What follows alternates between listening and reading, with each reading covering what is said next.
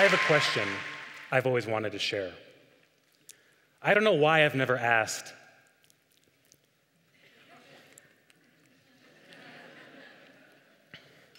I haven't asked because those are my invisible words.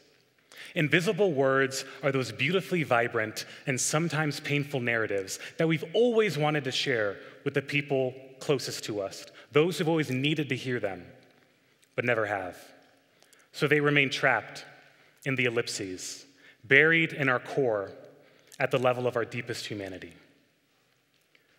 My name is Brenton, and I've always believed in the power of words. I believe in their power to enrapture the soul for both great transformation or great pain. A couple of years ago, I wrote a letter unlike any that I'd ever shared before.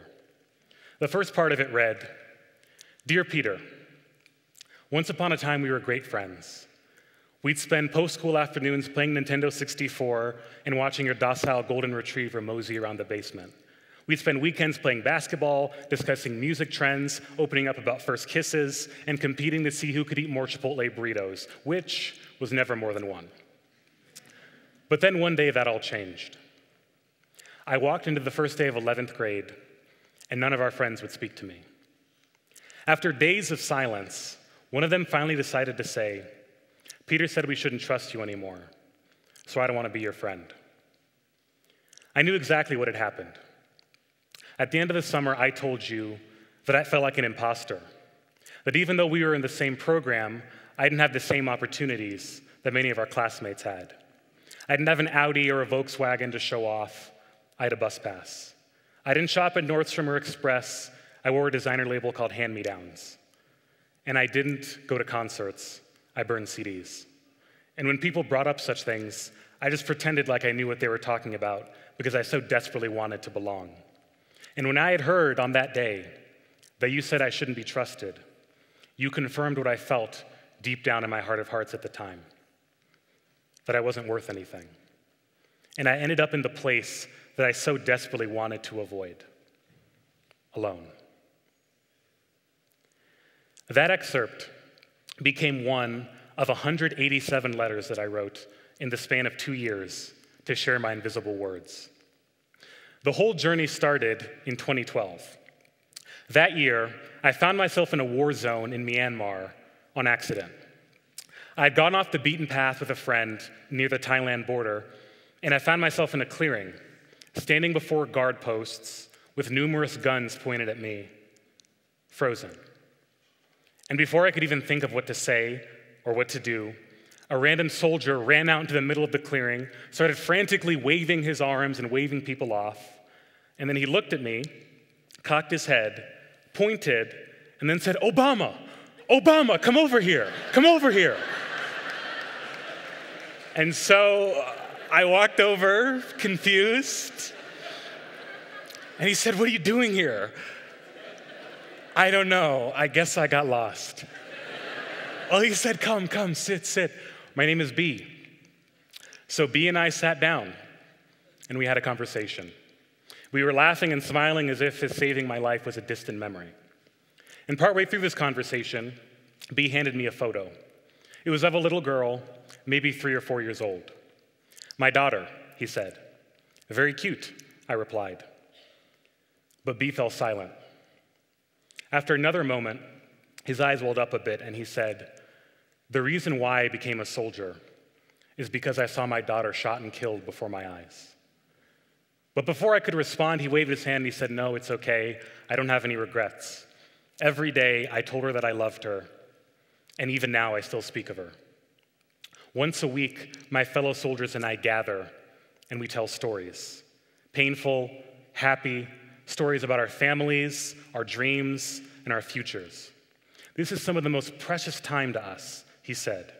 "It reminds us that even though we wear these uniforms, we never stop being who we truly are in here." So he said, "You must never forget to share how you truly feel, Obama."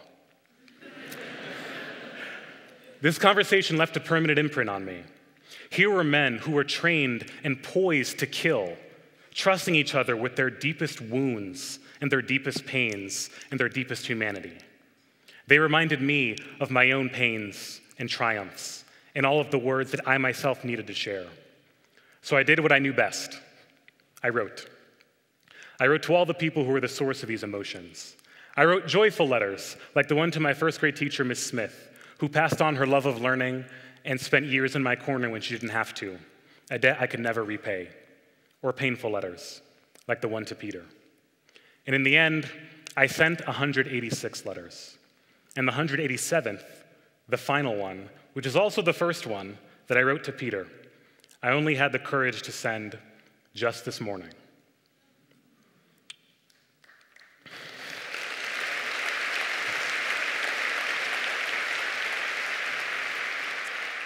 The interesting thing was that most of the letters got no reply. But for me, it wasn't about the responses. The catharsis came just in speaking the words, in releasing these experiences that had been buried deep down. And so I thought to myself, what if I'm not the only one who feels this way? What if there are other people who've had profound experiences but don't speak of them because they don't have the space to? See, we have spaces to explore strengthening our bodies like gyms and exercise studios. We have libraries, schools, and universities to sharpen the mind. We don't really explore being human. We often talk about the masks we wear in society, but in many ways, those masks are necessary. It's not always appropriate to take them off and bare our souls. But in that process of mask wearing, we convince ourselves of an illusion, that other people don't have the same pains and wonderings and silly daydreams that we do. So I asked, what if we made space? And I looked at this question both literally and figuratively.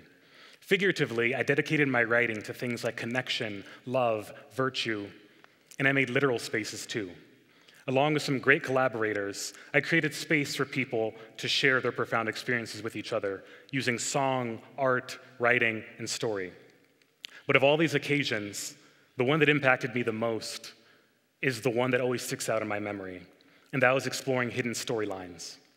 On this occasion, about a year ago, I asked a group of people to write a short note to someone currently in their life or not, alive or not, positive or negative, to share something they've always wanted to say to that person, but never have.